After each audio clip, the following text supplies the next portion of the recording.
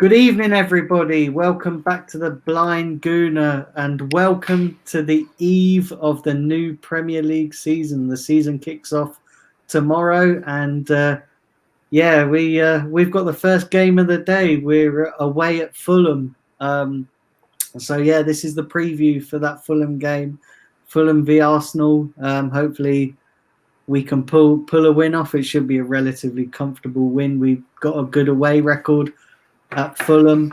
And joining me this evening to chew the fat is Sam Greenwood. How are you, Sam? Hi, Daniel. Thanks for having me on. It's always a pleasure to come on here. So it's good to be here, and I hope you're okay, mate.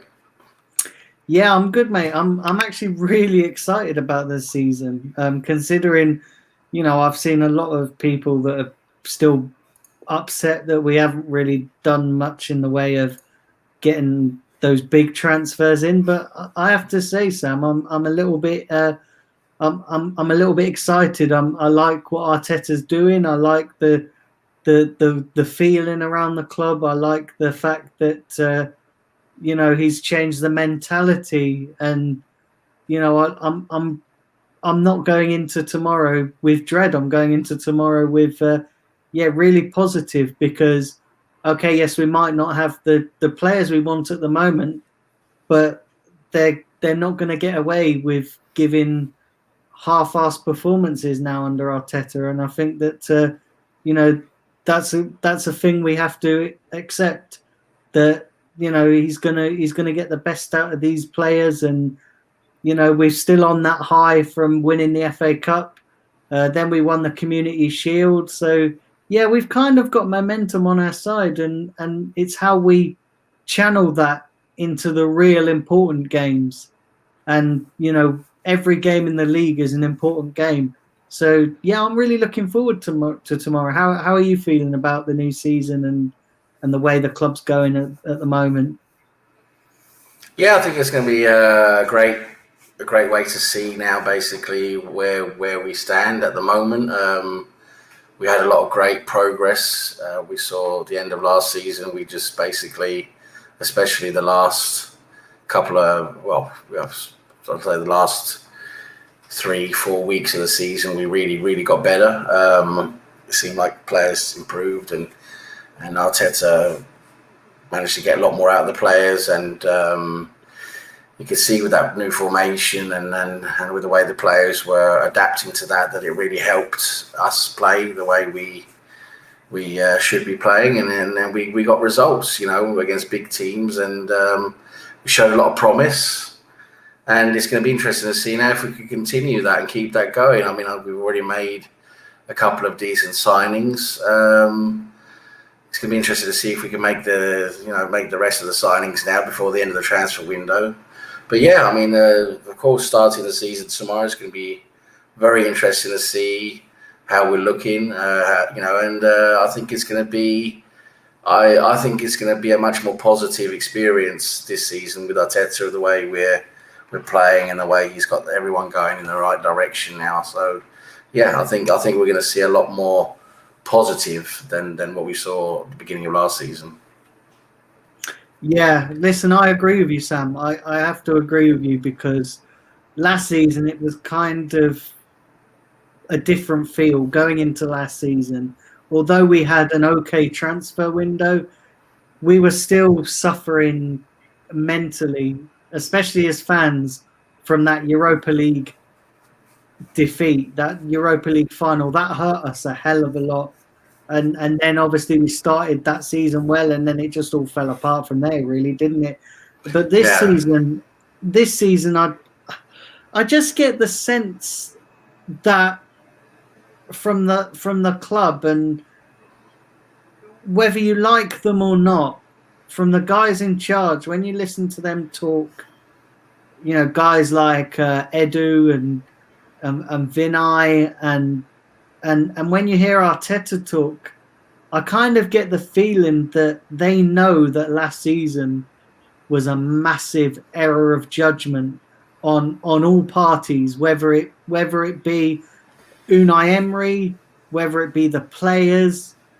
I get the feeling that they want to avoid that at all costs this season, and what Arteta's done since he's come in, and you can clearly see that. Now, obviously, it's a bit difficult, to get in. Listen, we know that the transfer window this season is tricky. We know that clubs are struggling, but with Arteta, he's identified the weak points, and instead of dilly-dallying around those weak points, he's trying his best with the current situation, because don't forget, when Arteta come in, nobody could foresee this whole situation panning out the way it did.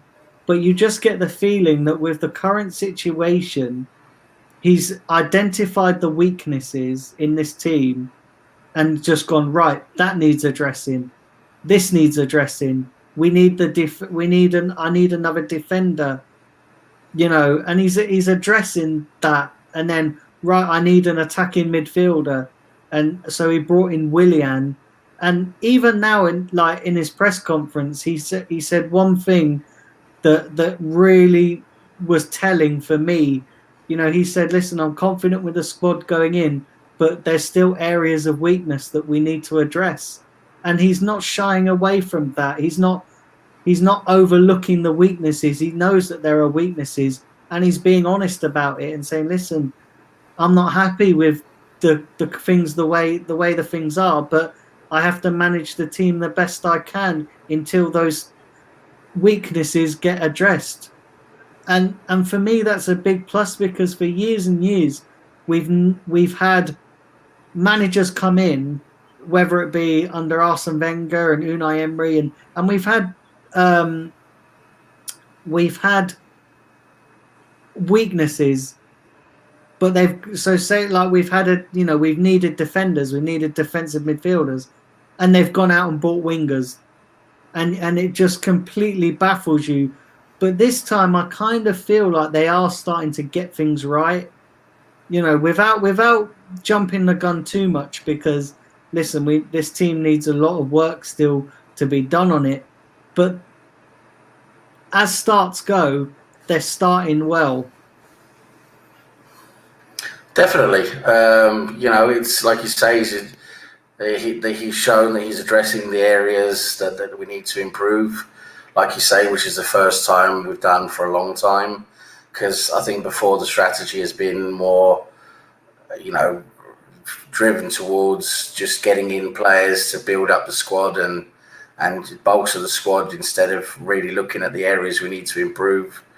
Whereas now with Raul, I think a lot's happened. Really, I don't think we've seen, and I don't think it's been talked about either, how much really, Raul's departure and everything, what that has left behind in terms of, it leaves Arteta with a lot more responsibility, because basically with Raul out of the window and it's a do Vinay and basically involving Arteta, I think Arteta's been given a lot more responsibility now with Raul out of the picture to actually come in and say what he likes and what he wants done, and then actually delivering that for him, instead of, I think Raul maybe wasn't so good at doing that. I mean, he was, like we said before, he was good at using his connections, his network of agents to do things, instead of actually going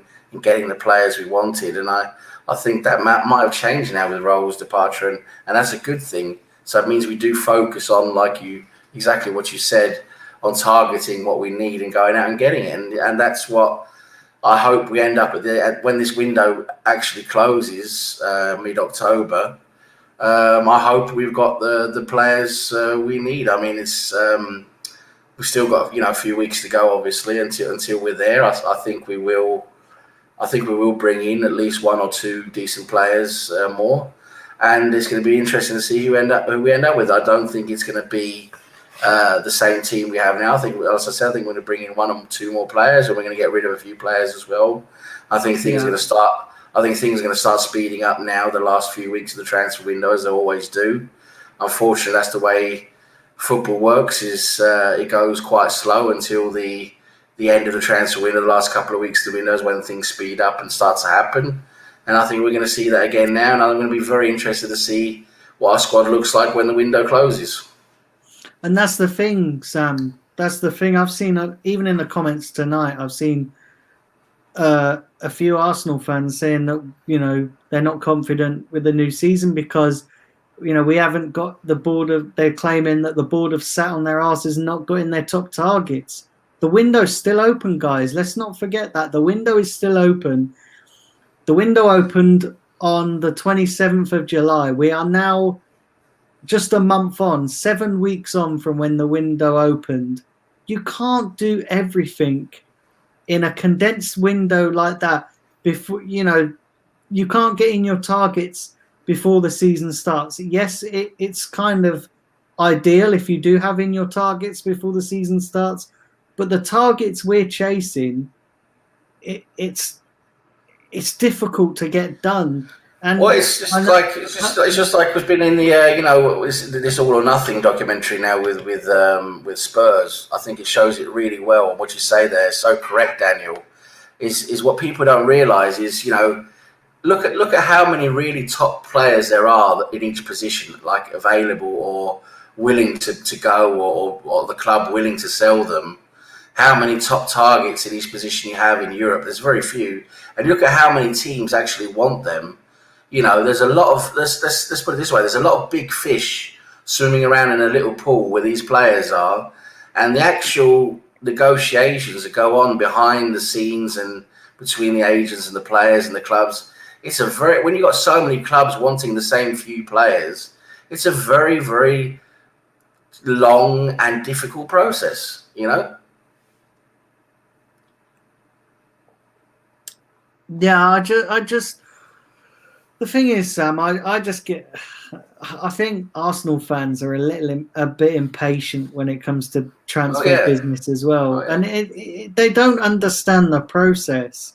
And I'm not talking about the process at Arsenal before anybody bangs on about trust the process and all that. I'm talking about the process of transfers. Not to mention, we're in a condensed window, and we have got players. Let's not forget that we have signed players. We got Gabriel and we got Willian. Yes, we want more players, and a lot of people are highlighting Aouar and Partey. Listen, those guys are talented players, and you've got clubs that want to hang on to your talented players, and we're not in a position where we can go and pay the money there and then. So we have to do a bit of negotiating. I don't care what anybody says. A lot of people are saying, but we have got the money, we have got them. Listen, Arsenal are going to try and get outgoings as well. It's all well and good bringing in these players, but you've got to get players off the book as well. Chelsea have done it because they've had the money there. They've had the money in the bank. It's not that they've overspending or Abramovich is giving them that money. They've had that money, so they can do it. We don't have that money ready. We haven't had any sellable assets, so it's a bit tricky. And I'm confident that had we had a sellable asset and that we could have got money for, and that we'd have got money and we'd have money sitting in a bank, we would have done it, because all the reports, right, that are coming out over the last couple of days is positive news from the board and everything. They've said that they need to get top four. That's what they need to do. We know we need to get top four or Champions League, a Champions League spot, not necessarily top four, but a Champions League spot, whether that be through top four or the Europa League. So they know that we need to get that to get some more finances in, and then we can kick on from there. So they know that, and I think if you read the reports, and if you believe the reports, because a lot of people don't, that they are gonna make their best efforts to do that, and it's not easy in this window. Name me one other club that is moving madness other than Chelsea right now, and not many clubs are doing it. And you're gonna, I know a lot of people are gonna highlight, like teams lower than us, but they get. Yeah, it's a different ball game. It's a different ball game because they get more money, especially teams who have come up. You know, they get parachute payments and all that. You know, they get a bit. But they're also going for players that are not so difficult to buy. I mean, you know, you're going for a player that you haven't got 10 other clubs in they want to buy at the same time. It becomes a lot easier. That's the thing what people don't understand. People think we're the only club going after R. We're not. We're not the only club going after Partey.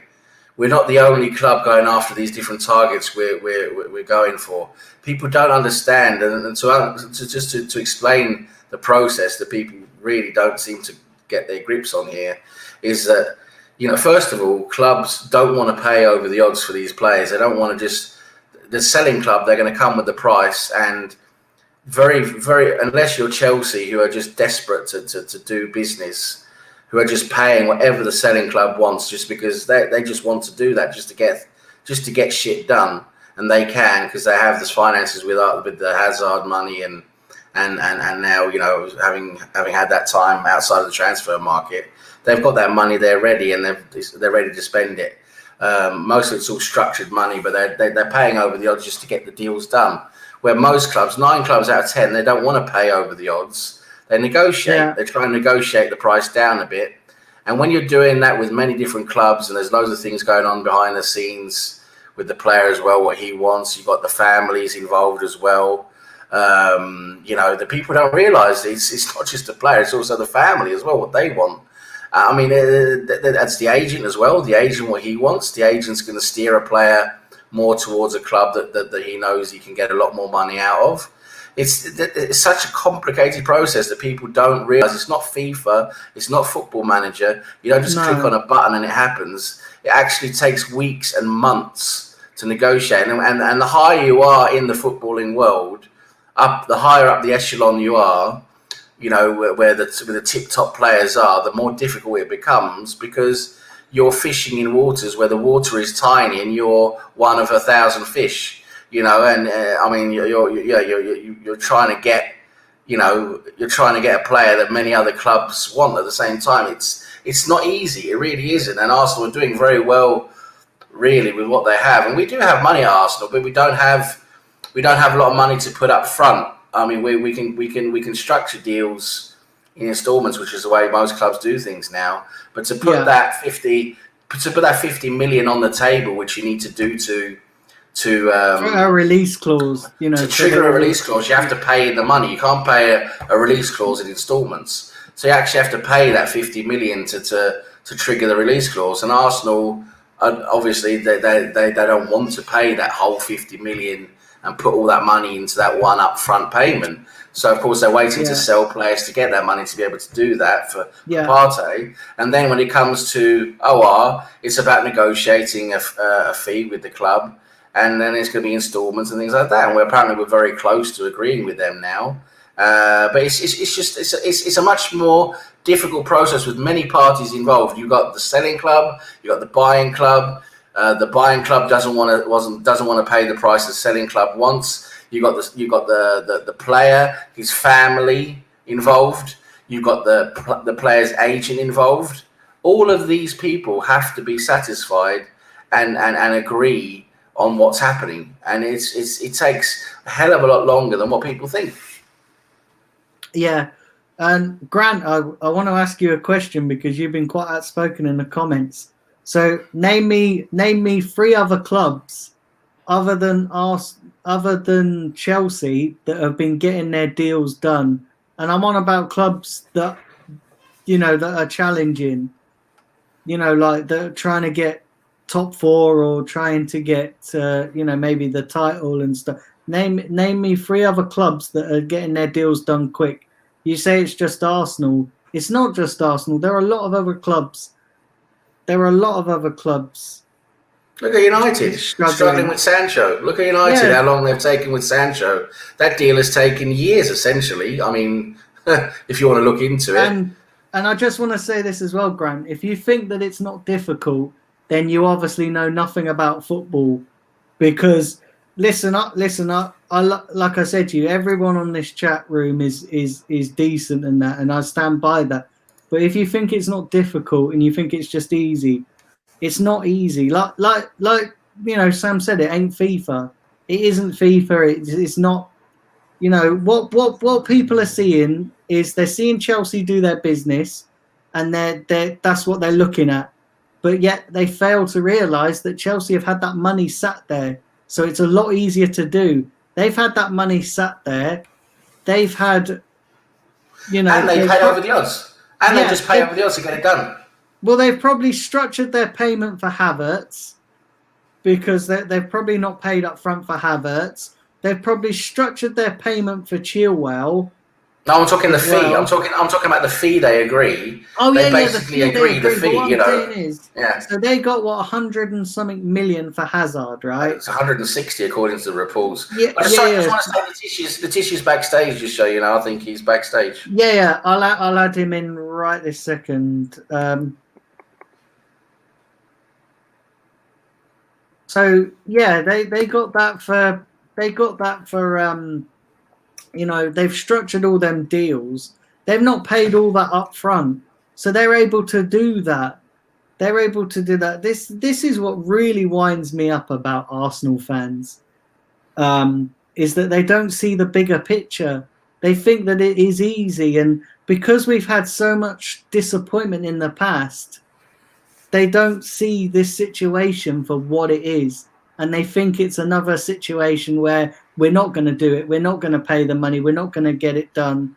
But they don't see the situation for what it is. And they're assuming that it's going to be like all the other times. And I can understand that because people have been let down.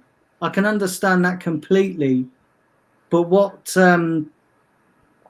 they need to realise is that But when Grant McRoberts is talking again about Everton, what he doesn't realise is those deals haven't just happened overnight. Those deals have probably been in negotiation for weeks and weeks and weeks. And again, they're not, Rodriguez, for all intents and purposes, he's not top tier anymore. He used to be top tier, but he's not. Even though he's at a big club, the big teams don't want him. I mean, if Everton's the team signing James Rodriguez, I'm sorry, he's not top tier anymore. So it's a bit easier for them to negotiate that transfer. I'm talking about the top players, not players that are just under the top level, where all of a sudden it's easier to negotiate, where you've got fewer clubs going after them. The top level players are difficult to get hold of because you've got so many people in for the same person. And at Everton, they've been spending weeks on those. I can guarantee you they've been spending weeks, if not even longer, on those deals. And Doucouré, Doucouré is a good player. Yes, we could have probably got him if we wanted, but obviously Arteta didn't want him. Obviously Arteta's waiting, most likely, it's for us to be able to get that release clause money ready for Partey. Yeah. Arteta has his targets. Grant McRoberts, Arteta might not have the same targets as you. You might not want Doucouré. And let me say this as well, right? If we get Partey and OR, or one or the other, either one, by the end of this transfer window, does it matter what time in the window we sign them as long as they come? Like, does it matter? I get the feeling that Arsenal fans are more pissed off because we've not signed them already. But does it matter? It doesn't matter whether it's the second week into the window or the last day of the window. As long as they come in, does it matter what day or time or particular section of the transfer window that they come in?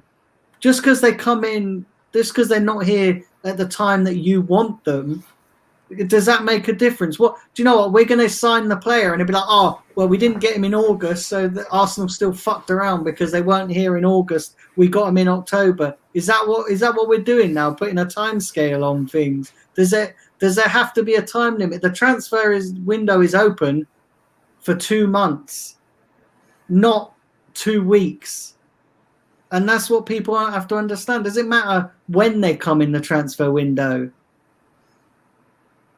What does Nitish say?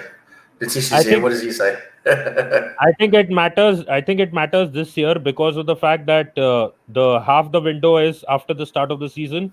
Till last year, they had changed things around. And if you remember one thing, that when the season was starting, the transfer window was over. That is how it was starting. Now, what happens in this? Not always. Not always. Only the last couple of seasons. Remember, for time, we have had the season starting in, when is it, 12th of August, and the window shut on the 1st of September or the 31st of August. So not all, for time, it's only recently that they changed it, that it ended before the season officially started. So yes, And Omar thinks the window's over already. He said we've had a shit window. I'm sorry, Omar, my friend. But is the window closed? No, it's not. So it's halfway through. That's like going through a season, half a season, and then halfway through the season, oh, we've had a shit season. Halfway through it, you've got to wait until it finishes. You can't. This is what really winds me up with, and I swear it's just our fan base. Because let me tell you, the biggest problem at this club is, a lot of people will point to the board, a lot of people will point to, the owners, and yes, they have been problematic over the years. But the biggest problem is this fucking fan base. I tell you, it really is. And I don't care if people get upset with me, but it's true. We are the most delusional, self-centered fan base on the planet, and we need to start thinking realistically and not in FIFA land, because we're not in FIFA. We're in reality. Do you think? I mean, the thing is, it's like they make it seem like we go to a club and say, "Can we have this player? But please don't sell him to us until the end of the window. Don't sell us till the end of the window because we don't want to do anything till the end of the window." Of course, they're trying to buy them as quickly as possible, but it takes time. It's a long-winded process because there's so many different levels it has to go through, different parties involved, and it takes. We've heard. Listen, how many books you need to read of biographies of players and about the dealings they've had. It takes weeks and weeks and months to sort out the bigger deals, because there's so many people involved and so many processes involved.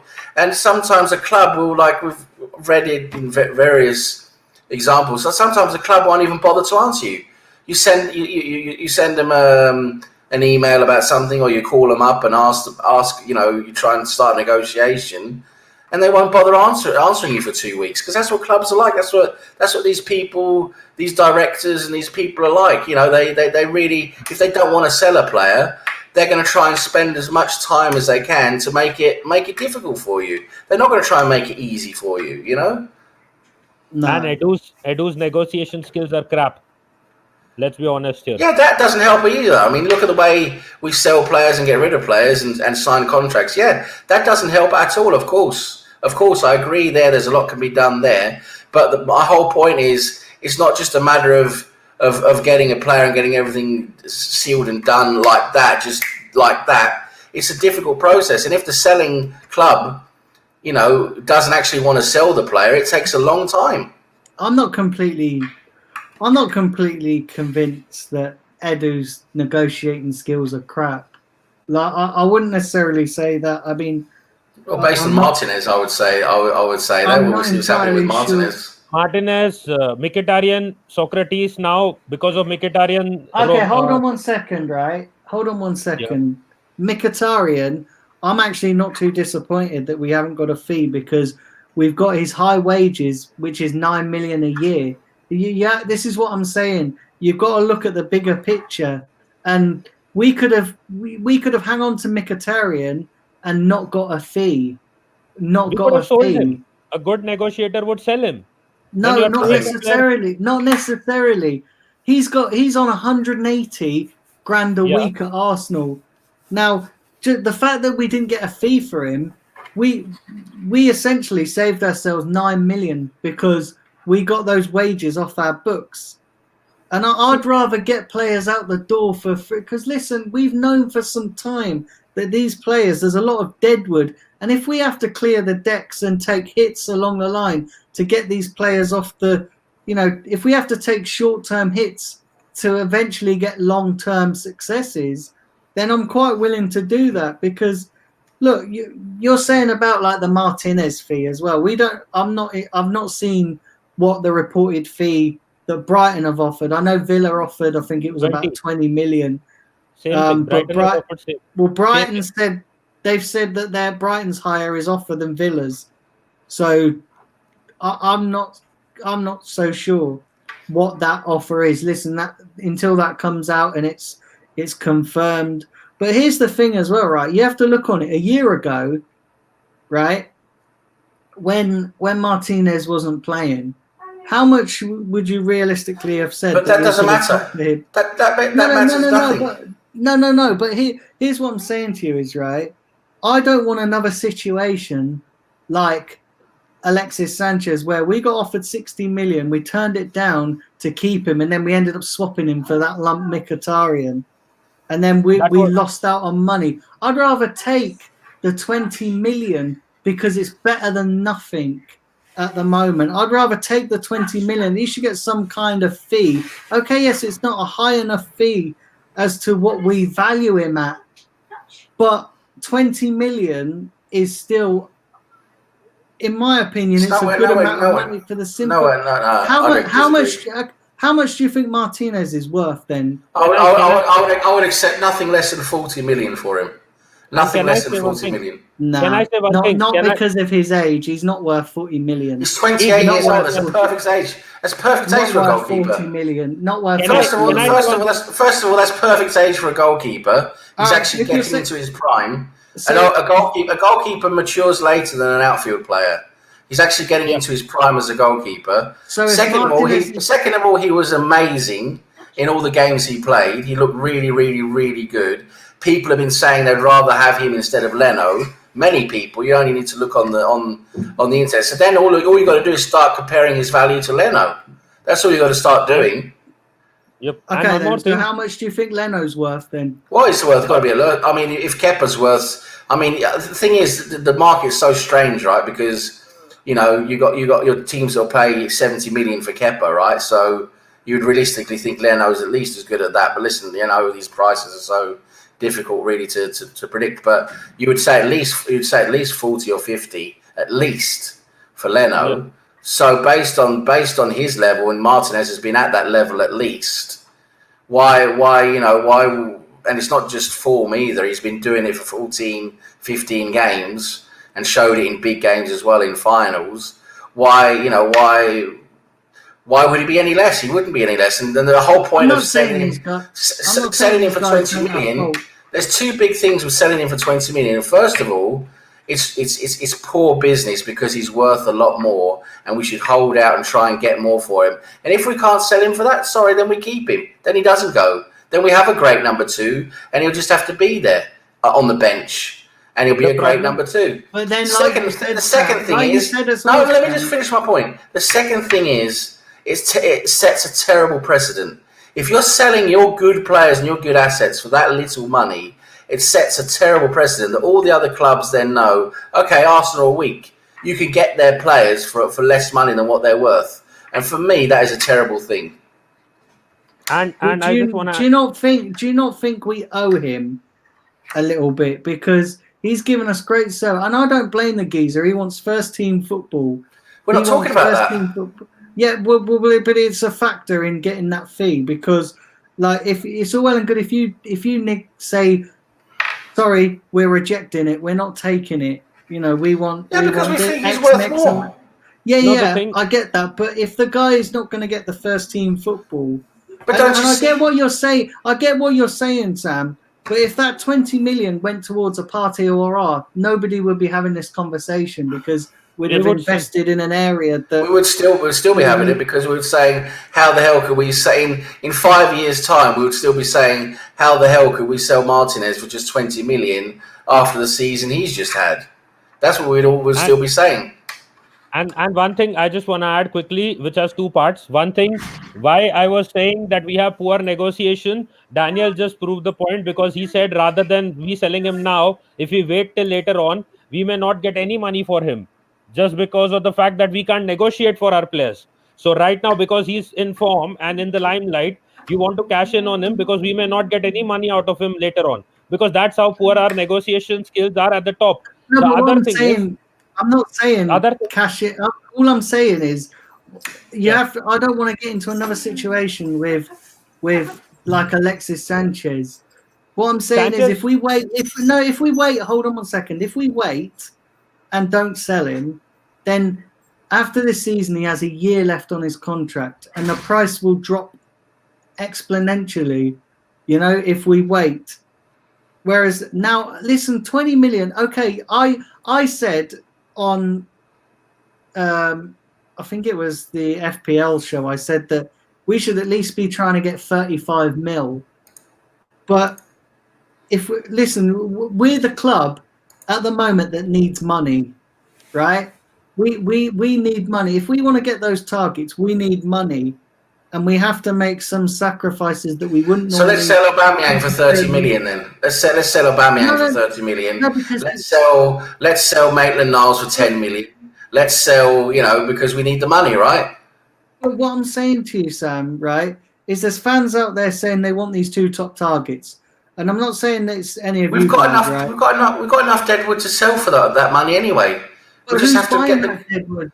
Because they're going to come at the end of the window. It always happens like that. When the clubs find out, because at the moment, clubs are working on their first and second targets, right? This is the way it works. So at the moment, they're still working on the first and second. Then you'll see in the last week of the window, clubs will start to realise, okay, we're not getting our first and second targets. Then they start going to third, fourth, and fifth targets. And that's when the Arsenal players are suddenly going to become more interesting for these clubs. And they're going to find the correct level of them as well. They can't go to these top clubs, most likely. They're probably going to have to go to second-tier clubs to be sold. And we will sell them eventually. It's just going to take a bit of time. Just because I said they're not top targets. They're not the first players clubs are looking at. But we will sell them. And there's enough players there to be sold to generate that money. There is, you have to be patient with it. I'm not saying that these guys don't have faults. I'm not saying that at all. I'm just saying that I'd rather have some money so that we can get. I mean, look at the problems they're having trying to sell Guendouzi. I mean, they're trying to pass him around to every club. Because he's got an attitude problem, right? It's a difficult prospect. Yeah, that's what I'm saying. But so at the moment, the top clubs are not going to go for him. But maybe he's going to have to go to a slightly lower club. That's where he might end up, or he's going to end up, just rotting the bench for us, basically. And two more things. Just wanted to add about Martinez. I understand why they're trying to sell him to Villa for 20 million. Because if they wanted money, they could have sold him to Chelsea for 50 odd million. But the problem is, it is Chelsea, and they want to sell to a club which will not be affecting or impacting their title race. When did Chelsea offer 50 odd million for him? They would have offered for him. They are desperate for a goalkeeper. If you haven't, but they haven't. When did Chelsea offer 50 million? Where's that report? I'm saying they would have offered. They could have. Yes, if we showed an interest to selling to Chelsea, we already got David Luiz from there. We got Willian from there. Obviously, our relations are good with Chelsea. If we wanted to sell him to Chelsea for big money, interest. You can't just go to a club and go, "Hey, do you want this player?" Do you know what I mean? You can't. That's how David Luiz came to Arsenal. If there's no interest in that player, clubs do offer players. Clubs do offer players. Well, we wanted David Luiz. I believe that we wanted David Luiz because he was. Yeah, because his agent contacted Arsenal. He was offered to us. Well, depends what you believe, innit? It depends. Listen, it's all conjecture. It's whether you believe it or not. We're not going to know the entire truth of that, are we? We're just reading. His agent contacted Arsenal. I'm not saying that these guys haven't got faults. And everybody probably sat there thinking, I'm trying to defend Arsenal to the hill. I'm not saying that they haven't got faults, because they've got plenty of faults. There's lots of things. There's lots of reasons why we're in a shit state. But at the same token, at the absolute same token, at this current time, there are things to be positive about. And yeah, I'm positive going into the new season. I said I'm positive, but I'm not. But I don't like the way we sell players. We can criticize the club for being negative, but at the same token, why can't we be positive about the things that are to be positive about the new season? Positive about the new season. That's what we're here. That's what we're here to talk about, right? We're positive about the new season. I'm very positive about the start of the season. I think the squad we're building is looking very good. There's a lot of positives there, but when we start talking about selling players, that for Arsenal is not a positive. I'm afraid it just isn't. And just look what the Mkhitaryan deal has done. Now I agree with you when you said that he wasn't doing things at Arsenal, but Roma wanted him. He wanted to go to Roma. He's not like Ozil. Ozil is a pain to everyone who's at Arsenal. Mkhitaryan wanted to leave and play football. Now the thing what it has done is, because of that, Napoli is saying we are not going to pay for Socrates. Why should we pay for him? You want to get rid of him? Give us Socrates for free. Now, if every club starts doing that to Arsenal, already our players are not highly valued because in the transfer market, because of the current state where we finished 8th, even though we've won the FA Cup, they are not taking us seriously. And it comes down to negotiation skills. Who's to blame there? It's Edu and Vinay. I'm not saying that they haven't gotten good players in, but look at their selling skills. If you remember, I said this on one of the shows earlier in the season, last season, that I would rather take a swap deal where I know which player I'm getting back, rather than give them a penny in their hands, so that they will then waste that money and get us some stupid transfer and not be able to sell the current player that they're trying to sell and get us no money. Instead, we directly get a player. So when someone said Guendouzi for Draxler, I say take it, because at least we know what Draxler will give us. I'm just telling you an example. It's just an example. Rather than trying to get cash for Guendouzi and they're trying to go for a third player, you take the swap deal. Thomas Partey for Lacazette. Take the swap deal. If you want to take a swap deal, you take that. Don't try to get money, because you may price Lacazette at 50 million, but at the end you will end up getting 20 million. So it will be embarrassing, because what the difference of expectation and what the fan base knows is the value versus what they eventually end up getting. So it becomes embarrassing then. But the problem with swap deals is lots of things have to fall in place. So each player has to want to go to their respective club, and both clubs have to agree to it. So with the Lacazette and Partey thing, listen, that obviously they were never going to let it happen, because they wanted the money for Partey, and if they wanted Lacazette, they wouldn't have done it as part of a swap deal. I think they just wanted to buy him outright and give us the cash. And they were always going to come in with a lower offer, because they know that if they match the release clause for Partey, they know that money is just going to go straight back to us. We'll go, here you go, you give us 50 million for Lacazette. Well, here's the release clause for Partey. So Atletico were kind of playing Arsenal there, because they knew that if they gave them the right money for the release clause, they were going to come straight back in and go, there you go, there's the release clause, you've just given it to us. So it's a tricky one. And also with swap deals as well, you have to factor in, we're not just going to take players for the sake of taking players because it suits us with getting players off the books. That's how we ended up in this mess in the first place, with the deadwood that we got, buying players for the sake of getting players in, whether they were the right player or the wrong player to fit our system. To hell with that, they just wanted to get players in. And I'm not too disappointed that we got rid of Mkhitaryan, and that if Socrates goes for no money, hell, we get his wages off. Those guys are on high wages, and that saves us money. We might not have got a fee, but we'd have saved money in wages, which we can afford to give to the likes of Aubameyang. Listen, when it comes to players who are not very good, if we can just get their wages off the book and we just sell them for a few £1 million when they're not very good, listen, Socrates' market value is not very high. His market value is very, very low. So just to get him off the books, I think everyone's going to be happy with that. And it's the same is going to be with a few of these other players as well, who have a very low market value. I think we'll just be happy just to get rid of them. But the whole point was, and I don't want to keep banging on about this because we should probably get back on point about the Fulham game. Onto the preview, yeah. But the thing is, Martinez does not have a low value. Martinez, the way he's played, I just want to bang this in that crazy Welshman's brain once and for all who's in the chat there. But listen, yes, he only played 15 games and he wasn't really well known globally or anything like that before the 15 games. For that, there are many different reasons. Several of them being he had better before this season, the last couple of seasons. He's had better goalkeepers, unfortunately, ahead of him in the pecking order, like Ospina. There was Fabianski before that, and he was the third goalkeeper instead of the second goalkeeper.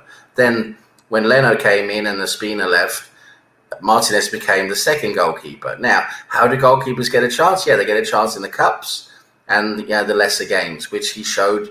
He showed he had some good form in those games, and then what happens? How does a second goalkeeper, get a chance when you've got a top goalkeeper in goal? Yes, he has to get injured or suspended, right? So he got injured, and unfortunately got a long-term injury. So then he got the chance. And listen, those 14 or 15 games he got to play, including big games against big teams, he played incredibly well. Everybody said the same thing. He had an amazing 14, 15 games. He didn't put a foot wrong. He made some incredible saves. And this is not just Arsenal fans talking about. This is people from outside Arsenal watching those games said the same things. And he has shown an incredible ability. His ability now has really stepped up, and it shows. I mean, he hasn't just played 1 or 2 games. That's form, 1 or 2 or 3 games. But he's done it consistently for like 14 or 15 games. His ability has improved greatly. He's finally stepped up and shown that he is a good goalkeeper. Now, for him then to actually be at the level where people are wanting to play him instead of Leno, just look at Twitter. Twitter's been... sorry, you can't get on Twitter. Unfortunately, you're banned from Twitter. But the thing is, on Twitter, you see rage. People are raging on Twitter about how Leno should maybe be sold instead of Martinez, and we should be playing Martinez instead of Leno. That doesn't just happen out of form. That happens because he shows he's a good goalkeeper, and that's what makes people so annoyed. Is that when we now realise we're going to have to get rid of Martinez, the decision has basically been made, according to all the reports coming out of the club, that Leno has been chosen as the first choice. He's going to be starting the game tomorrow. And then Martinez is going to, obviously, like you said, he wants to play first-team football. It makes sense for him to go on and play first-team football. We're going to have to sell him. Then we need to at least get somewhere near his market value. His market value, with what he's shown, is not £20 million. That is a mediocre player, at best, and he's not a mediocre player. He's a very good goalkeeper. So we should be selling him for far more, and that's what pisses me off and pisses many other people off. Is we should have the guts to just keep hold of him until we can either sell him for a decent fee or just keep him, and that's it. And I will say this: we have done a good sale before. Remember when we sold Iwobi to Everton for 40 million? Yeah, I mean, that was a crazy deal as well. I mean, that was actually one deal that went our way. It's like, what? How did we get that for him? But yeah, Everton needed him, obviously.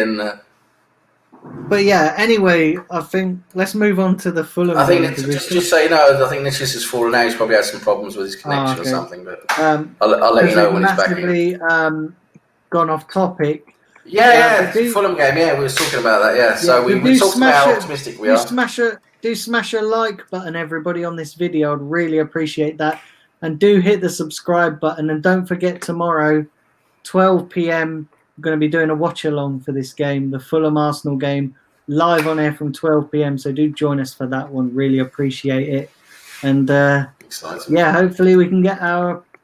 I think he's back now. Hang on 1 second. Yep, he's back now. There he is. There he is. There he is. Yeah, disconnected Wi-Fi. So, Nitesh, the Fulham game, how are you feeling about it tomorrow? We are going to smash them. I feel good about it. Yeah. Yeah. It's a good really fixture. Good. It's a good, easy fixture that we have at the start. Now we don't want to cause an upset and get everyone pissed. So let's start positively. I think it happened to Wenger like some years ago, around 10 years ago maybe. We had a game against Aston Villa in the opening day of the season. And I remember that. That was at home as well, wasn't it? Yeah, it was at home. Yeah, terrible. And do you know what? Yeah. I had a ticket for that game, right? And I couldn't go to that game. And I said right before the game started, I said, fucking hell, I should have been there. We're probably going to smash these 4 or 5-0. And then we lost 3-1. We lost 3-1. And I was like, terrible. And I was like, I'm fucking glad I didn't travel. Because, that's what happens. When we lose a game, right? when we lose a game, and after the game's finished, I'm like, at least I didn't have to travel back all that way. And, Yeah. And then when we win a game, I'm like, I fucking wish I was there. I want to be there. So it's mad. It is mad. But I do remember that game. I remember we created some good Aston Villa players that day. Iqbal Lahore, Ashley Young, and all these guys. They were just making it to the Premier League. Ashley Young eventually went to Manchester United after that. Then I think was Heskey also part of that team? Maybe Heskey was also there, if I remember. I think it's Heskey, but yeah. Iqbal Lahore was there. I know. I remember him for a long time. Yeah, there was that. What's his name? I can't remember his name now. Iqbal Lahore. No, he's an English guy. I can't remember his name now. Gareth Barry? No. Was he still there then? Maybe he's still there at Villa then by that time. There's another guy called what's his name? Reminds me a bit of Grealish, but it's nowhere near as good as him. But like a good-looking kid, was a talent came through. Sidwell? Not Sidwell. No, it was. It sounds like a good-looking kid came through. I've got to look up. It was not Darius Vassell, was it? Or... No. I said it looked a bit like Grealish. Gareth Barry was there till 2009, so I think he must be there in that game then. Let's have a look. I'm just going to see Aston Villa players. I'm going to tell you who he is because it pisses me off. I can't remember his name now. Bloody hell. Let me see. Who was you that smash guy the like, everybody. Who was that smash guy the like button, everybody, and do hit the subscribe button. Joey Button. No, who was the other one? I need to remember. Don't worry, I'll figure it out. I'll tell you as soon as I found him. Joey Barton's a dick. Button, yes. What a bloody idiot he is. Jesus Christ. Doesn't he do his own podcast now? Robert Perez was in the 2010 team, 2011 team. Yep. And Gareth Barry was there as well. 2000 till he was there. Wait, 1 second. Yeah, that's mad. 2009. I'd almost forgotten about that game. That Aston Villa 3-1 game when they beat. Yeah, when was that? 2013. They had a good record. It was either 2013 or 2014. Right. Okay, so Gareth Barry wasn't at Villa at that time. Because I remember they Aston Villa always had a good record against us. Because do you remember they gave us some problems the first game at the Emirates? The very first game at the Emirates. It was if I remember rightly, the first competitive league game was a 1-1 draw against Aston Villa. And do you remember they played us off the park almost, and we were lucky to get a draw. And ever since then, they had always seemed every time they played us at the Emirates, they always had a good record against us at the Emirates. They seem to love playing at the Emirates Stadium against us. And credit goes to Martin O'Neill for some of those matches. He was a good manager, O'Neill. What he back in with Leicester back in the 90s was incredible. Yeah. Leicester and then Aston Villa. He was a good manager. I remember he was linked with us a couple of times, wasn't he? Yes, I wanted him at Arsenal someday, but then his career faded away as a manager. I'm getting close here now. I'm getting close. But that's it, Henry. Henry.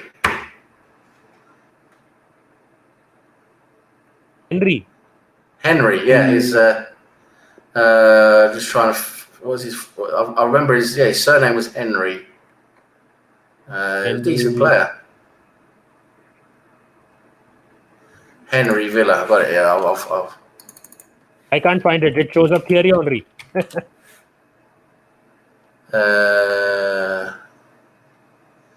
it Henry? Henry Lansbury. No, he was an Arsenal player until we went to.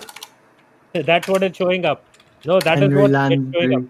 Yep, that's what I'm showing up. Don't worry, guys in the chat. We will get back to the preview. Yeah, we kind of got massively off topic on the preview. Almost forgot we were live then as well. We were just talking generally. I was like, I forgot we were live. Oh, Lee Hendry, that's it. Lee Hendry. Lee Hendry. Yes, Lee Hendry. Got it at the end. Bloody hell. Him, he was a half decent player at that time. Lee Hendry. Let me see if I can remember him. If you look up Lee Hendry, you see what I mean. He looks a bit like Grealish. Reminds me a little bit of Grealish. Remember, do drive the likes up, everybody. And to you guys on Facebook, do subscribe to the Blind Gooners YouTube channel. Really appreciate that. Yep. The only thing Adam can relate there is he must be thinking Lee Horney. Lee Horney. Yeah. So what do you think about the result tomorrow then? I reckon we could win. I reckon we could win tomorrow 3-0. I reckon. I'm going for 4-1 to Arsenal. That's a decent result. That's a tidy result. Yeah. Yeah. The only reason I say that. Oh, for FPL or Aubameyang hat-trick for the FPL, yes, please. Yeah, Aubameyang hat-trick with a Bukayo Saka goal and a couple of assists from Tierney would do me absolutely nicely for That would be FPL. great. That would be great. That would be great. But I do think we'll concede. And no, I don't think it will be Mitrovic who scores the flaming goal. Because I know you guys in FPL are fucking horny for Mitrovic. What's going for him? Ings, him and Ings. Yeah. Yeah. Simpy started that. Blame it on Simpy. Mitrovic. Everyone's going for Mitrovic, aren't they? Yeah. Werner as well. There's a few people going for Werner. It'll be interesting to see if he hits the ground running. No, I have only the only reason I took Werner is because of the fact that a lot of people have him. So to cancel it out. It can happen. I mean, he can. He's a good enough player, right? He could start scoring goals. So, what sort of lineup do you think we'll be playing tomorrow? I'm going to tell you my lineup. I think we're going to go 3-4-3. I don't think we're going to change that. We have a lot of injuries to our defensive players, so I think basically the logical lineup is going to be basically out of necessity. I think we're going to see the back three is going to be Tierney, Holding, and Saliba. Yeah, unless all of a sudden someone's fit to play that I don't know of at this moment. But I think that's who it has to be basically, because now there's so many injuries now, including Socrates and Luis and so many of the others as well. Socrates wouldn't anyways play. No, but yeah, he shouldn't play, but he could have been available, couldn't he? But of course he probably wouldn't be playing. Imagine if Kolasinac plays. Kolasinac is basically the only guy available, but I don't think we'll be seeing him. It's going to be Tierney. It's going to be Tierney, and it's going to be Holding, and it's going to be Saliba, I think, because Saliba's going to go ahead of Gabriel for obvious reasons. Then I think we'll see left wing back. I do think we're going to be seeing Saka. I think we're going to have Saka out there, left wing back, linking up with the midfield as well. Then I think on the right we're going to see Bellerin in that wing back role, and then the two central midfielders. I think he's going to go with Ceballos and Xhaka because that's been working nicely, and it gives us more of an offensive, transition. And then I think the front three then is going to be. I think we're going to see Aubameyang out left. I think we're going to see Lacazette in the middle. And I think we're going to see Pepe out right. I think he's going to. I think he's going to have Willian on the bench to start off with and bring him off. I think we're going to see Willian in the second half. Make his debut in the second half. I don't think he's going to start him. That's my opinion. Of course, he could probably start, but I think we're going to see him on the bench to start off with. All right. So my lineup is exactly the same as yours, Sam, but I'm going to make one amendment. I think we'll see Nketiah instead of Lacazette. That could happen as well because we've seen him being used as well. And that was exactly the same lineup that Charles Watts predicted. And when he read it out, I was like, oh my God, that's the lineup that I was actually thinking would be tomorrow. And he'd done a YouTube video and he predicted his lineup right at the end. And I was like, fucking hell, everybody's going for the same lineup. Great. That's great. I was seeing some people have gone for Maitland-Niles out left instead of Saka. But for me, that's more defensive. That's not a really... When we're playing Fulham, when we want to go forward as well, I think we should play Saka instead of Maitland-Niles. Maitland-Niles is a great defensive option when you're playing the big teams. But when you want to attack, I think you want to go with Saka. That's why I chose him. Yeah. And I went for Bukayo Saka because he's in my fantasy team, and that helps, of course. Yeah, that helps, of course. Yeah. What about Nitish? What's your lineup? Before that, I think we will win 4-0, and I think we will not concede a goal tomorrow because we'll be giving them a very good welcome back to the Premier League. And Brownie will say in the chat that Cardiff deserve to come back to the Premier League, not Fulham. I know he's going to say that all season long. And with respect to the back line, I said the same. It's going to be Saliba, Holding, and Tierney. And David Luiz is injured. Otherwise, it would have been, instead of Holding, it would have been David Luiz. And keeper, I would have wanted Martinez, but we know what will happen. Unless, as I said in the previous show, unless Arteta pays Martinez one last game as respect. He plays him for one game and he says, "This is your last game. Say goodbye to the fans on camera and leave." I just can't really see that happening. I just don't see that happening. I know. That is what I'm saying. If it happens, it happens. But that is what, if I had to choose, I would choose Martinez over Leno. But anyways, moving on to the midfield, I get the feeling that if Ceballos isn't ready yet for any reason, then it could be Elneny and Xhaka. If Ceballos is 100% ready, if Ceballos is 100% ready, I think then it will be Ceballos and Xhaka. On the left-hand side, it will be obviously Saka. It's not going to be Niles. Niles is a utility player. Whether people want to say that he should start or not, he's a utility player. Even he has understood and accepted it. Even Arteta knows it. So he should come in as a substitute. He could be an early change if someone is not in form. On the right wing back, Bellerin. No doubt about that.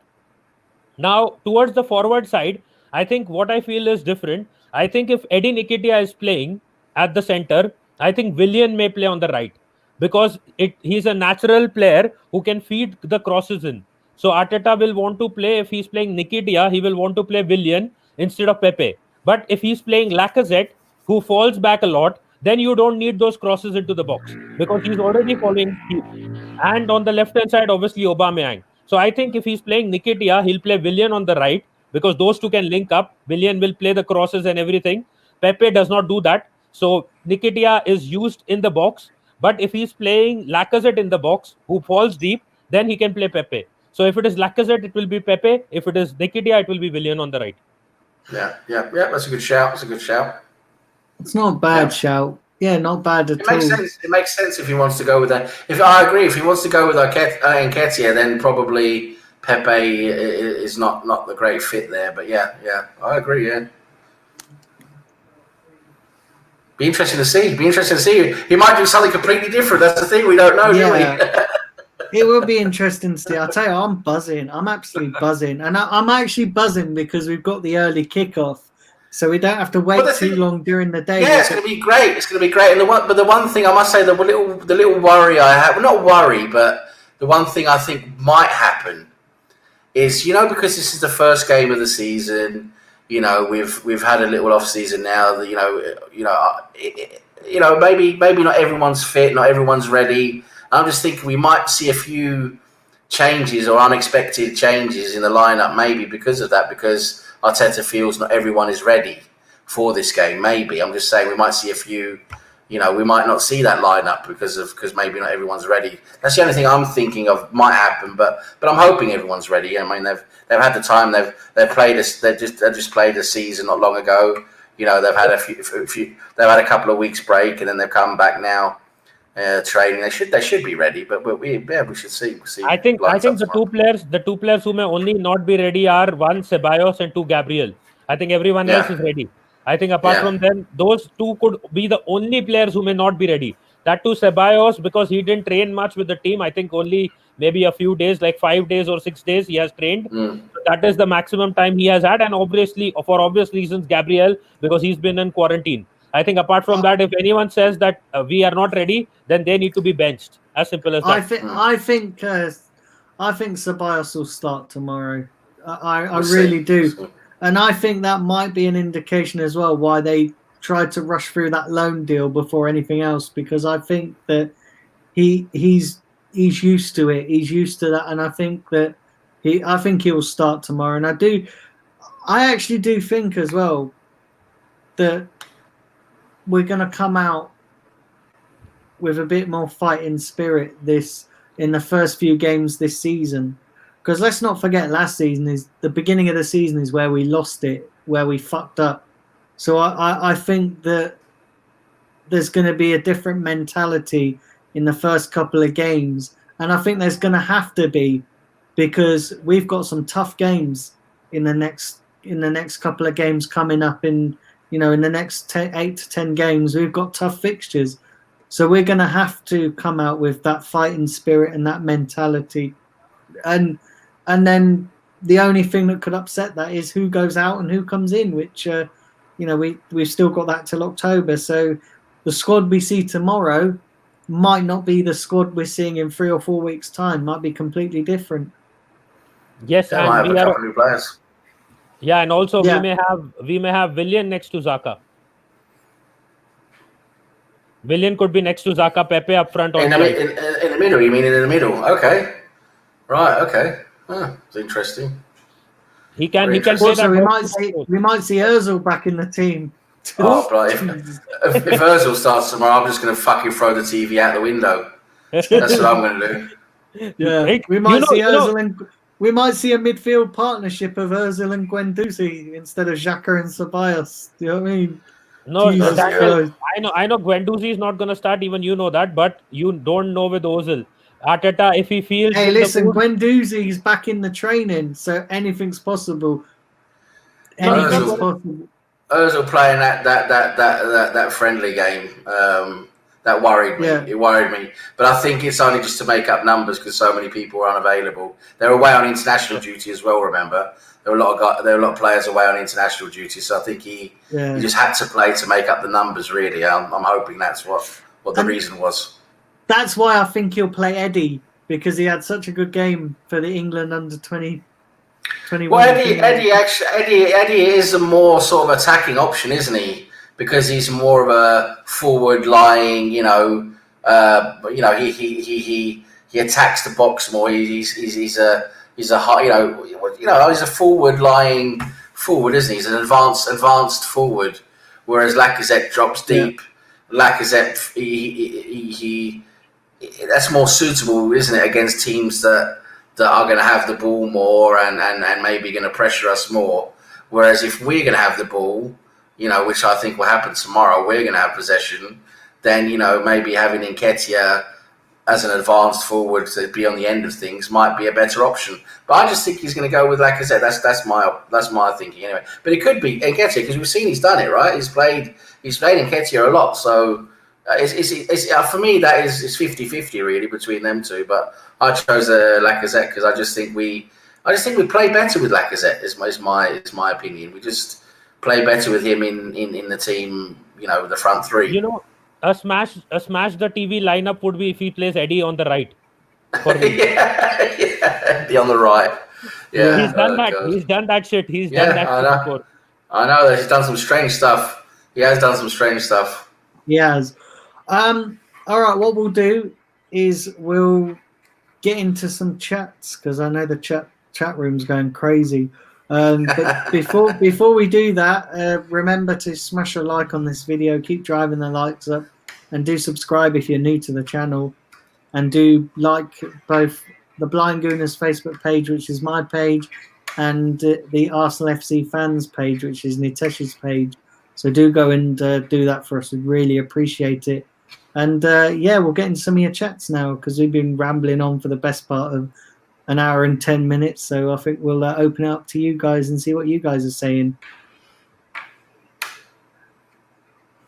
Yep. One thing I just wanted to add that if Willian plays in the center, like of that midfield, Lacazette may not feel the need to drop back deep and he can just feed the balls to him. Yeah.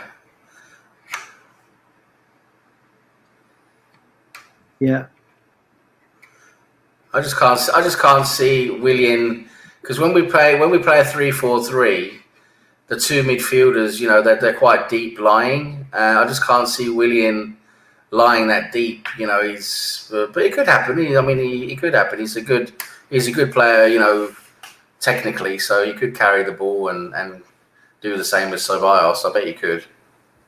Yeah, he was doing the same thing last season. He may do it with Ceballos or Xhaka, but he was doing it last season for Chelsea. He was starting on as a winger, but he was playing through the center and carrying the ball. Especially even in the counter attacks, he was doing that last season. That is why people saying that he's old, he's too old. If they saw the games last season for Chelsea, it was either Willian carrying that ball from defense to attack, or it was Kovacic, either one of those two guys. So that is why he was missed when he was not. He was injured for the FA Cup final and for the Champions League fixture as well in the second leg. So he was missed for those games and towards the end of the Premier League season, and when they fell down the table a bit and they came in 4th place. So at that point, if Willian was there, probably it would have caused a difference. Guess who stepped in? Ross Barkley. He can't do it at the Premier League level. I don't like him as a Premier League player. I think he's not that good enough for the Premier League. Yeah, he's not that good technically. For me, Barkley is more of a ball. He's more of a ball winner, really. I mean, he's a bit more defensive, Ross Barkley, than he is, attacking. But yeah, he's definitely not as good technically as Willian is. Yeah, nowhere near. Yep. Yeah. Sorry, I'm just trying to read through these chats. Read through them, Daniel, if you want. Just read through them and. Feel free to jump in whenever you guys can, because they're jumping around like no tomorrow here. Some guy from Africa texting me that my name is Andrew and I am from New York. Well, I can see his number is African. It's 19. So what do I even say to that? Has he? Okay, thank you. I can see, they've obviously come out with different lineups. I can see some people think it's going to be an El Neni, Xhaka central midfield. Some people want Maitland-Niles to start. There's a few different takes on the lineup. I think everyone here in the chat sees Arsenal winning, from what I've seen. 3-1, 4-1, 3-0. It seems like everyone thinks it's going to be a solid Arsenal victory tomorrow. I'll just see big up the Revanite John, big up in the chat there. I've just seen he's just come in. He's asked a question. Have any of you thought, if it goes wrong for Arteta and these players suddenly drop form, like Xhaka, Bellerin, usual suspects, will you still back Arteta? So basically, if the players start playing poorly, I suppose the results will suffer then. Do we still back Arteta? How should we answer that? How should we answer that? I think if the players drop form, I think it's Arteta's job to pick them up. But yeah. I still listen. We all know that some of these players aren't good enough, and their mentality needs to change, and we know that. So I think they'll give him time. I think they'll give him more than what they gave Emery, just simply because they seem to have, they've changed his job role now as well, isn't he? He's first team. Yeah, manager, he's become first team manager, exactly. Which is basically what they've done for Wenger. Wenger was first team manager, wasn't he? And then they changed it because they wanted to go in a different direction. They wanted the head coach. And then they wanted to be in control of transfers. But now Arteta's come in. He wants control of transfers. And I bet Arteta's gone to them, and I could quite believe this. He said, listen, I want control of transfers or I'm not taking this job. So I bet that's why they've changed it. Because now that they can see what he's doing, I think they've realised that Arteta's the real deal and that he wants to bring in his own players and that he wants control over that. Whereas Emery wasn't he? Yeah. Emery was a puppet. Do you know what I mean? Emery was. I think that the first team manager thing, actually, I think that gives him more responsibility, and I think part of that responsibility is taking more part in the recruiting. I think the recruitment is now he's going to take more part in that, whereas before with Raul, I don't think he was going to.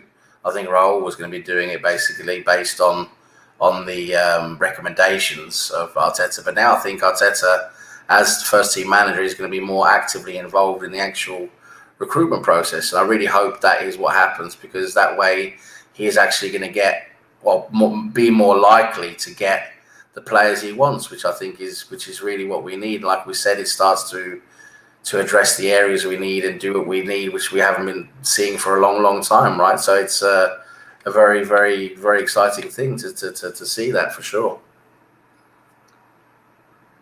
Yep, and I agree. But the one thing that I think is that at the end of the day, I think this pandemic has also helped his case, and the fact that Raul was a cheat and a fraud has helped his case even more. If Raul would have been at the club, I think Arteta wouldn't have received that role. Exactly. I was just going to say, this is based on Raul not being there, because if Raul was there, he wouldn't be first team manager, because Raul would still be head of football and doing his thing. So it's basically them adapting to Raul not being there, and then figuring out this is the best way to do things. And Arteta fits in that role perfectly, I think. And when it comes to if they lose form, this is the thing with Arteta. I think Arteta, he's shown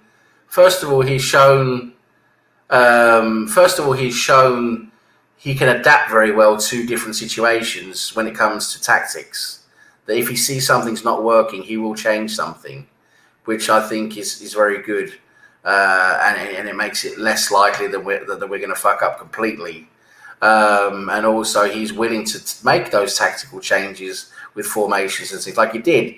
You saw we started off with a 4-3-3 with Arteta, and it wasn't really working that well. It was working a bit here and there, and then he decided, listen, we're going to go to a 3-4-3 with that more hybrid formation, with the wing backs. And it worked a lot better, and that transition there, that willingness to adapt to the players and to get the best out of the players, I thought was a fantastic, basically a fantastic decision he made there, and showed a lot of guts and a lot of pragmatism that many managers don't do today. They just keep wanting to do their thing, and if the players don't suit them, they just say, "Oh, sorry, we get rid of them and we'll bring in other players to suit them," rather than adapting to the players. And I thought that was really good, and I think if Arteta still does that, maybe he'll adapt it another way if he needs to, if the players start losing form. But at the end of the day, I do think Arteta's going to try and get the best out of them, and I think that's what he's been doing now, getting the best out of them. And I think they're a lot more. I think we can see they're a lot more motivated than they were, before Arteta came in. So that means a lot to the players, being motivated and being happy. I'll give him credit for the pragmatism and the pragmatism that he has brought in, and you can say the motivational side of things. But I am going to again say that he got lucky with that formation. It was Tierney who was injured in the league before they went to the cup tie against Sheffield, and because Tierney wasn't fit enough to play, he switched to that 3-4-3. If Tierney would have been fit for that cup game, I think he would have stuck to the 4-3-3. Well, that's speculation, isn't it? I just think he saw that the 4-3-3 wasn't really working as well as he hoped. I think eventually going forward, I think when he eventually has all the players he wants, maybe he will try the 4-3-3 again with the players who suit that formation. He might try doing that again. But I think as it is now, until we have all those pieces in place, I think we're going to be sticking with the 3-4-3, basically because it works, Yeah, and if it works, you don't change something that works, or at least you shouldn't. I like the 3-4-3. I think it complements our weaknesses. Yeah, it's good, isn't it? Yeah, I'd rather stick with that. Listen, we build momentum now. Arteta would be utter mad to change the system now. Fair enough, do it in the long term. But I think stick with what works and then try and get us into that Champions League spot, or try and get us into the Champions League spot via the Europa League and top four. And then when you've got the chance, then you could sort of change it. But all while it's working, you've got to stick with it. Martinez. I was saying Martinez all the while you were saying this. Then why is he changing the goalkeeper? That is the damn thing. I just think in his head, Leno's number one. I really do. I think that's what he's realised. Leno is number one in his head. That's what it is. I hope that doesn't cost him, because there will be a lot of upset fans right now. They wouldn't care whether we get Partey or and they will still be You because know, yeah. Sorry. Go ahead. Yeah.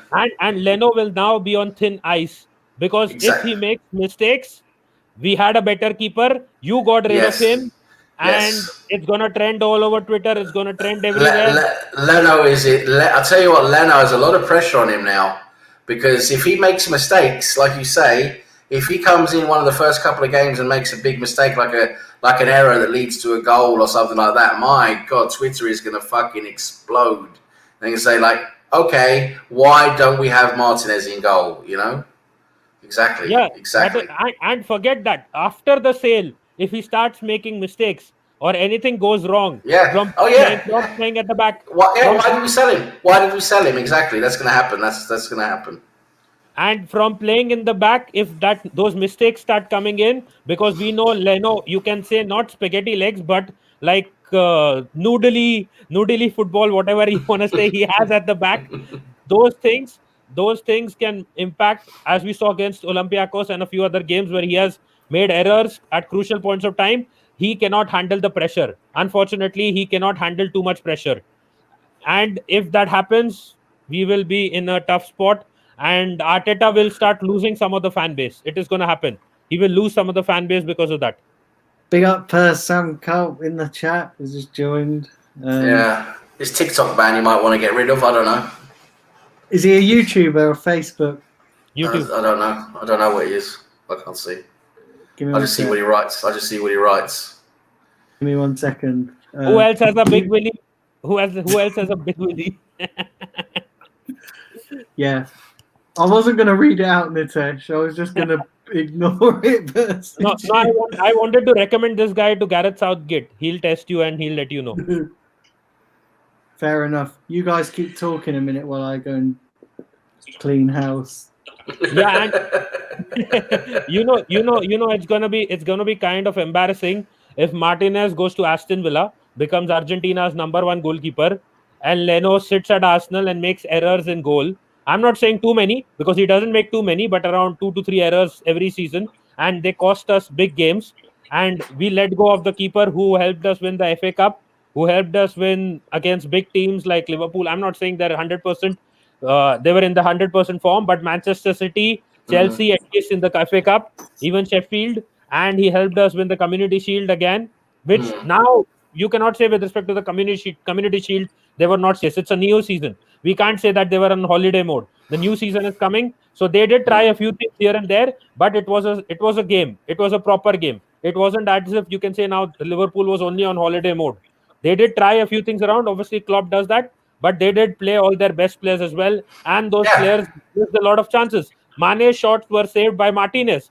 He saved 2 or 3 good chances that came towards Mane. Salah was shit as usual. He couldn't finish off his chances. So you can't make. Salah's dropped off a lot. Salah's dropped off a lot the last end of the season. Yeah. Yeah. So Firmino was missing a lot as well.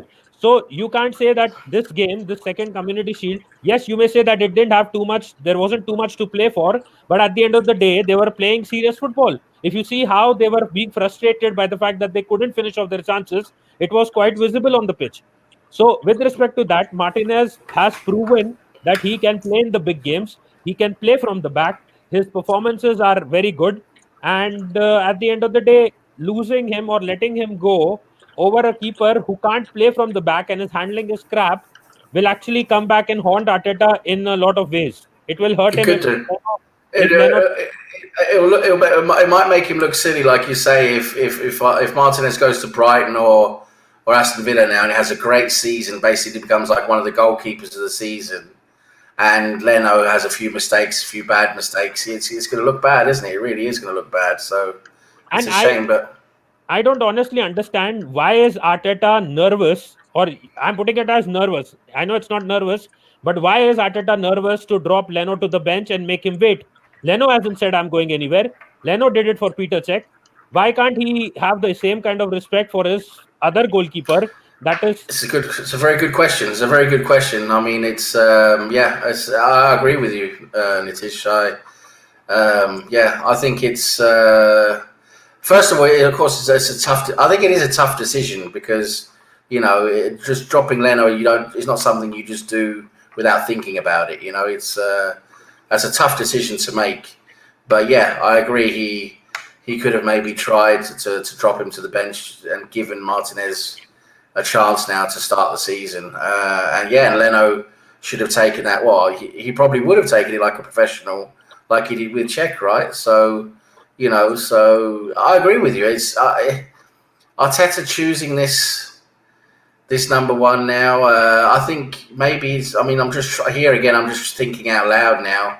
Maybe it's another way of them realizing it's a way of making money. That they say, okay, well, we've got Leno. We want to keep hold of Leno.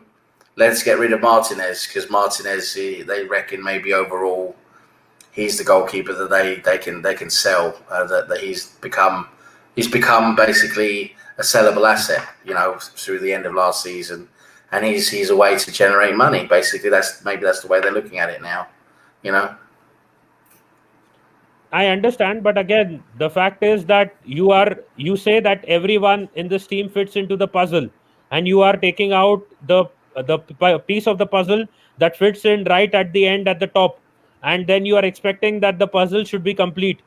And unfortunately, whether people agree to it or not, when we were playing under Emery, one of the reasons Emery was struggling was because Leno wasn't able to play from the back.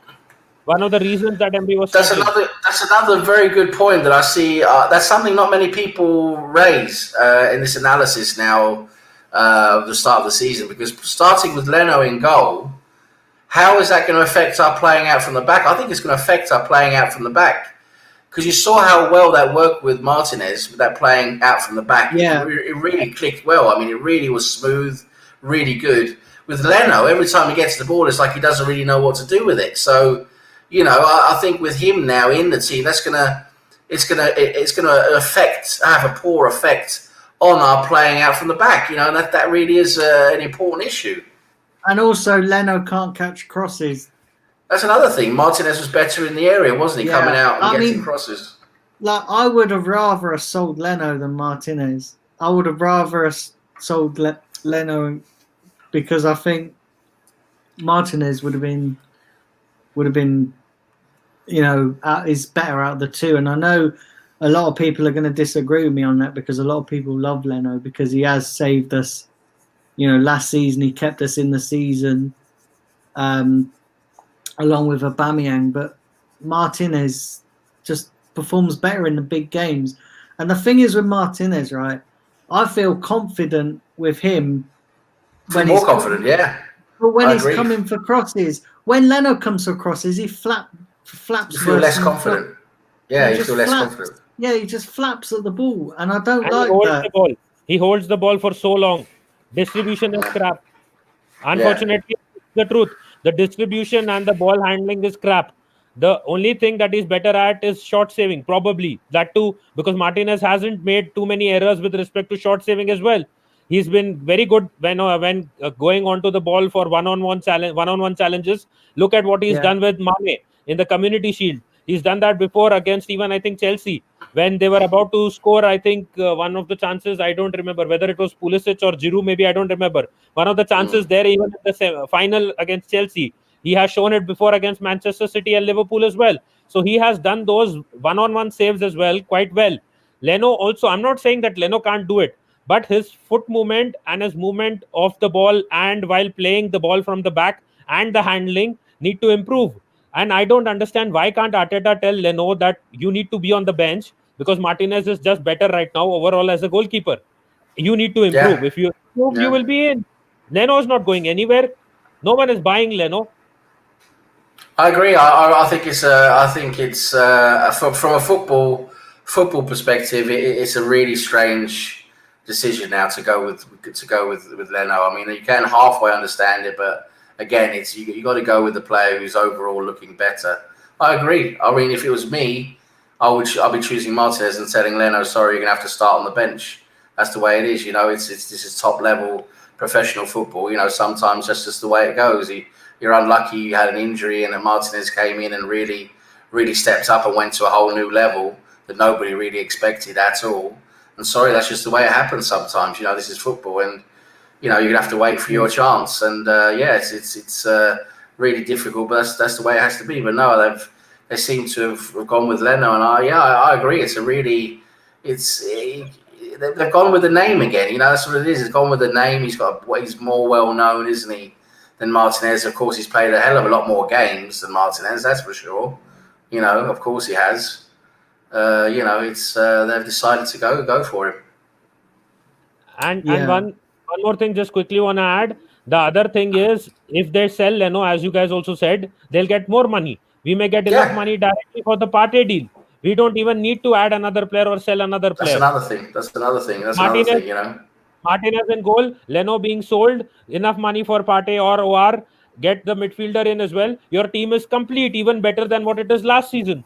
So I don't understand what they are thinking. I have no understand. And the other thing is, Leno is 1 year older than Martinez, few months older than Martinez. So it's not as if one is 40 or one is 35 and the other is 27, 28. That also makes no sense. Yeah, no, it's true. It really is this whole Leno Martinez thing. It could come back to bite Arteta and us in the arse if Leno doesn't continue his fine form.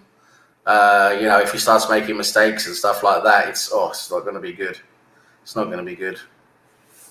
Yeah, well, I hope he doesn't, of course. I hope, of course, Leno plays well. But like you say, Nitish, the one thing he can't change, well, he can change over time with proper training, but it's not going to happen straight away, is his, like you say, his distribution and playing out from the back. This taking part of that back, the play out from the back.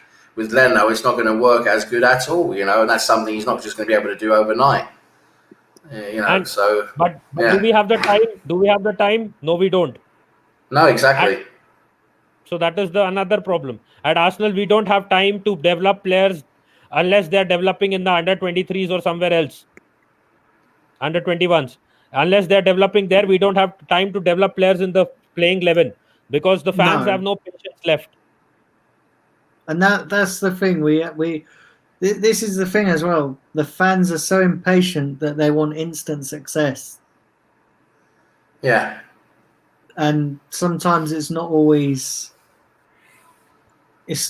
possible to get instant success. And I get it with Arsenal fans because we've not had any success, real success. When I'm talking about the league title and Champions League, we've not had anything like that for the last 15 years or so. So I get it. I really do get it. But what the hell is that? What on earth is that? Jesus Christ. That sounds like an Essex girl being strangled on Friday night. Jesus Christ. Yeah. Jesus, that sounded like flipping Sam's dwarf porn. That sounded like Mary Poppins being butt fucked. You know what I mean? Jesus Christ.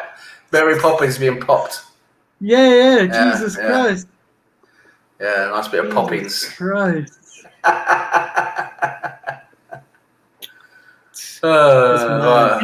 Please tell me that was not your caller tune or ringtone. Rather, ringtone. It wasn't your ringtone. It wasn't. It was just a friend of mine who sent me a stupid fucking TikTok clip. Oh, Jesus Christ! I can't stand these TikTok clips. TikTok's shit. TikTok is shit. Tell that to Bayern Munich. Okay, so we'll read out. What we'll do is we'll read out 3 more chats and then we'll wrap up. So if there's 3 there that you guys want to pick out, yeah, one is there. I'll read one from John. Sam switched on his dwarf babe station. Yeah, exactly. The dwarf section, the dwarf part of it. Yeah, it's the best part. Yeah. Yeah. So, any other things here in the chat? Yeah, Brownie's basically saying whatever happened to the old saying, never change a winning team. Exactly. If Martinez shouldn't be switched out, really. Someone please take screenshots. Brownie wasn't trolling and talking nonsense for once. Yeah, one of his most sane comments he's made in a long time. It's really hard to play from the back with Socrates. I don't know what is this Bruberto. I don't know. Yeah, with Socrates in the team, of course, wouldn't help. And Cheddar's just talked about his favourite porn film.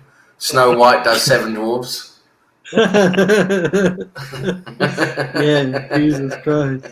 I think we took inspiration from this movie and we signed 7 centre backs. Yeah, well, exactly. if she got come on by Seven Dwarfs, she would be Snow White, wouldn't she?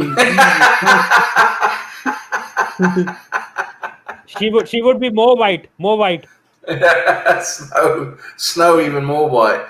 And then the X-rated movie of that would be called The Sperminator. Yes. Yeah. There is already a Sperminator based on Terminator. That sounds like the new Tottenham documentary. Yeah. Jesus Christ. Sperminator.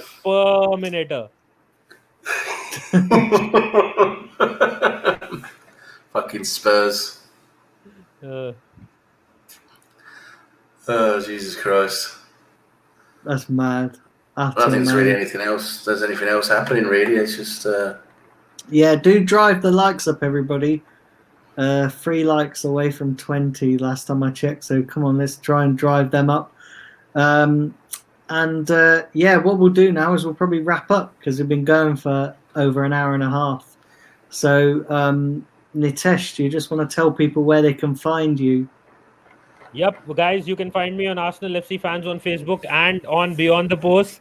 Daniel keeps smiling when I go on to this. Maybe he's expecting that I'll go on for that long speech this time. Last time I cut it off short. But yes, there is. I did like one of my most intense videos, you can say, like a voiceover, and I'll be uploading it on the channel called Beyond the Post in like may 20 odd minutes, maybe in more 20 odd minutes. And you can check that video out. It's about 5 Arsenal young players that we are expecting to do big things. And I am still feeling the effect of that in my throat. It's one of the most intense voiceovers that I've done. So, and thank you so much, Daniel, for having me here on your channel as well. And big up to Sam and you as well and everyone in the chat. And hope we smash Fulham tomorrow. Big up to everyone. Thank you. Yeah, no worries, Nitesh, and thanks for coming on. It's been a pleasure as always. Sam, tell people where they can find you apart from In Bed with Seven Dwarfs. Yeah, thanks for having me on again, Daniel. It's been a pleasure. It's with you guys. It's fun as always. You can find me on BrazilianDwarfPorn.com and DirkDigglersDarkAssets.com. And apart from that, I'll probably be doing some different watch-alongs and stuff. Definitely tomorrow. Be fun to watch the game. Yeah, hopefully we'll smash Fulham. I'm thinking 3-0. I think we'll have a good game tomorrow. Well, I certainly hope so. Yeah, but it's been fun as always with everyone in the chat. Have a good laugh with everyone in the chat and everyone here on the stream. It's always been good. And yeah, thanks again for having me. Yeah. Listen, thanks for coming on. It's been a pleasure as always. It's always fun, and we always have a good laugh when we do these previews and do the watch-alongs. Talking of watch-alongs, guys, don't forget tomorrow at 12 p.m. we'll be on air, and there's going to be a watch-along for the Fulham Arsenal game. Then on Sunday we're going to be doing the review, and then on Tuesday evening I'm going to open it up to you guys. So I'm going to come on in the evening. I'm going to drop the. I'm going to drop the. Like I said to you the other day, I'm going to drop the link to the show so you guys can come on and have your say in that. So I'm going to probably do that on Tuesday, and I'm probably going to do that once every couple of weeks, just so you guys can come on and have your say. And I know we have quite a few people in the chat that come on regularly anyway, but there's a few of you that don't come on. It'd be nice to get you on so you can have your say, and you can decide what you want to talk about. Obviously it's going to be football based and that, so yeah, and it doesn't have to be particularly Arsenal. You can talk about anything football related. So yeah, I'm going to do that maybe Tuesday evening, but I'll keep you guys updated on the channel as and when that's going to happen. So thanks for tuning in, guys. Like I say, do smash the like button, do hit the subscribe button, and do turn on the notifications because it's really important so you don't miss any of the times when we go live or when new videos drop. And yeah, until tomorrow, there's only one thing left to say, and that's Come on, you Gunners. Come on, you Gunners. Come the Arsenal.